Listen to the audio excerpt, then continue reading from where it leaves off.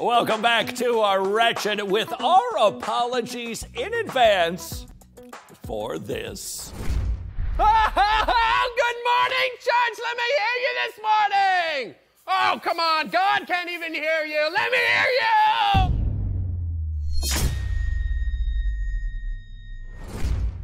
you.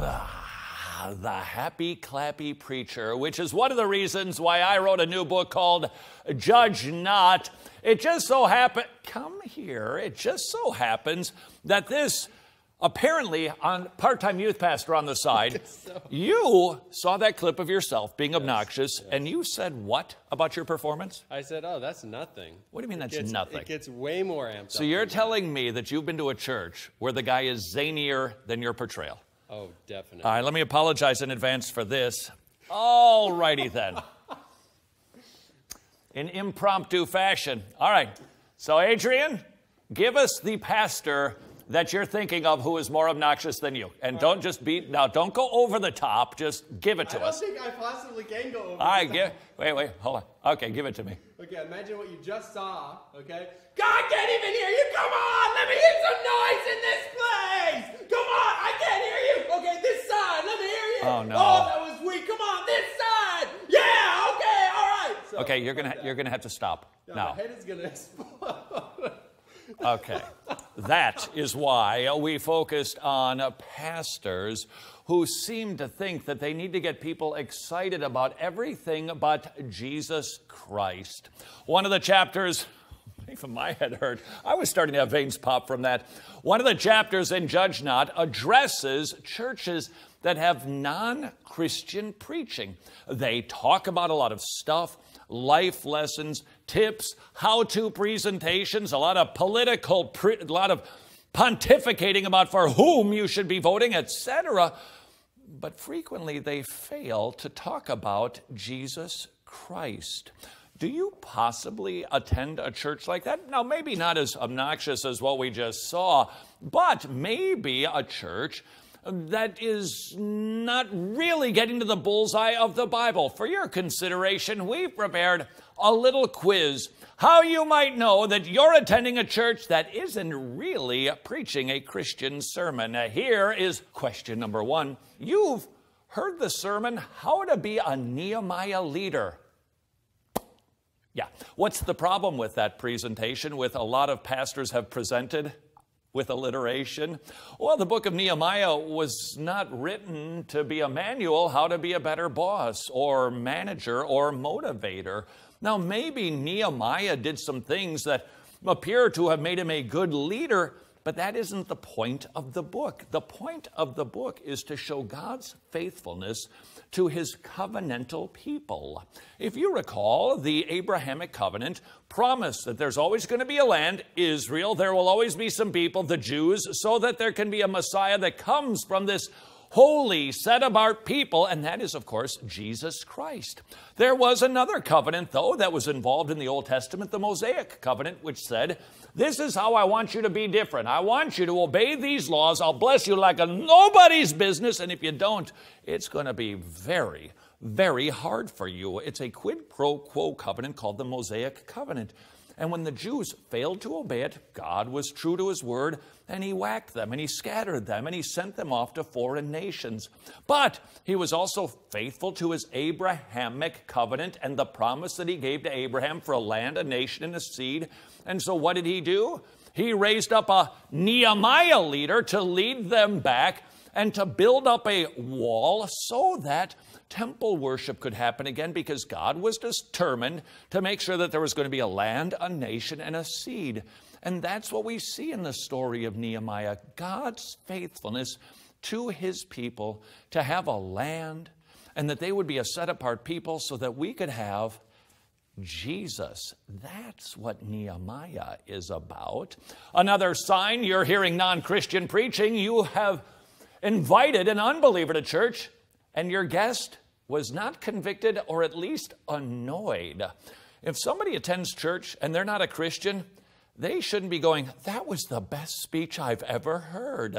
Instead, they should go, whoa, that's like contrary to my worldview. That is just not the way that I think. And he kind of made me feel bad about my sins. That is a Christian sermon. And if you invite a guest who's not a believer and they think, you know what, I could do this again because I think I could benefit from these presentations. Apparently you only invite Italians to your church. Then it's not really a Christian sermon. Sign number 3, you're not hearing Christian preaching. You are not growing in holiness.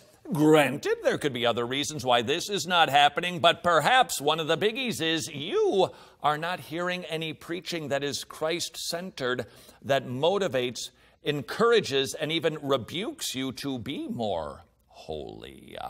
Number 4, your fruit of the Spirit tree still produces mostly wormy fruit. There is a difference between didactic, teaching, and preaching. And the difference might be why this is happening. Let's just say a pastor delivers great information, teaches good theology. That would be called teaching, but that's not the same as preaching. Sunday morning, there is teaching combined with an element of exhortation, which elevates teaching, which is good and important, and it has its place. And there are people with the gift of teaching, but with exhortation, it makes it preaching. Have you been obeying this commandment? Have you been denying yourself? Have you been picking up your cross? That is preaching.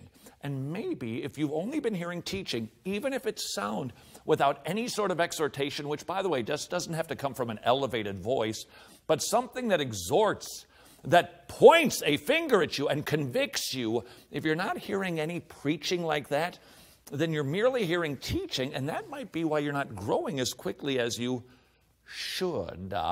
Are you hearing Christian sermons? Number 5, you're not growing in your love and gratitude for God. Another sign that you're hearing something, but it's not a sermon. When a sermon is done, now, not every single sermon has to end with everybody on their feet going, we love God more. But ultimately, it should lead us to that. Why do I say not every sermon? Well, there can be some reasons why the pastor needs to deliver a specific exhortation, the life of the church, etc. But overall, a sermon should cause us to think more highly of God than when we first entered into the church. And if that isn't happening, then maybe you're not hearing sermons, you're just hearing speeches. And finally, another sign. Number 6, you have little or no desire to evangelize. When you see the cross, how can you help but speak about that which you have seen and heard? Oh, maybe because you're never seeing it or hearing it, because you're not hearing sermons, you're hearing a speech, or you're hearing this guy. Oh, you people, and you're whining. You look like an infant. I want more Bible studies. I want to go deeper. I'm sure that there's a church out there where they think it's just for believers, where they preach the doctrines of grace. But if you want to stay in my church, you need to put a plug in it.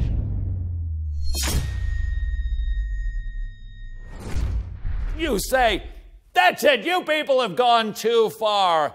Adrian, from whence did you get your inspiration? The internet, famous pastor. Actually, a guy Yes. who did that very thing, sitting in a high chair, slamming it, saying, you people are a bunch of babies.